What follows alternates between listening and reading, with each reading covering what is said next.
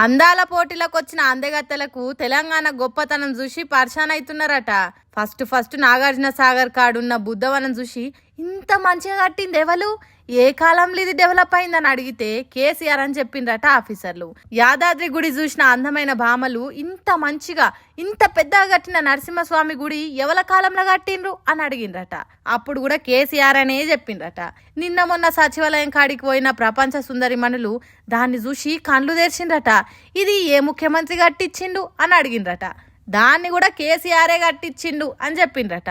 ఆ తర్వాత command control సెంటర్లు చూసి కళ్ళు క్షమ కనిపించి ఇది కూడా కేసీఆరే కట్టించిండా అని అడిగిండ్రట.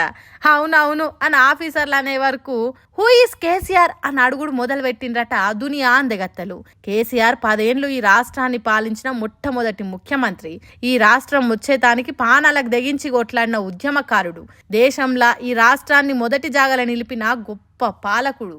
ప్రపంచంలోనే అతిపెద్ద ఎత్తిపోతల పథకం కాళేశ్వరం కట్టిన రాష్ట్ర నీరటికాడు. 10 ఏళ్లు ప్రజలను కంటికి రెప్పతీరుగా చూసుకున్న గొప్ప పాలకుడు అని ఆఫీసర్లు చెప్పిండ్రట.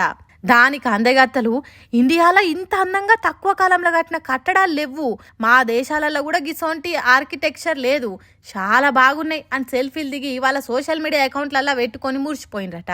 ఈ ముచ్చట తెలిసిన పబ్లిక్ కేసీఆర్ అభిమానులు మా నాయకుని ఆనవాళ్ళు షేర్పేసుడు ఎవ్వల తరం కాదు, తెలంగాణలో ఇంకో 100 ఏళ్ళైనా కేసీఆర్ ఆనవాళ్ళు ఉంటాయి, భవిష్యత్ తరాలు కేసీఆర్ ఉద్యమాన్ని కథలుగా చెప్పుకుంటాయి అన్నట్టు మాట్లాడుకుంటున్నారట.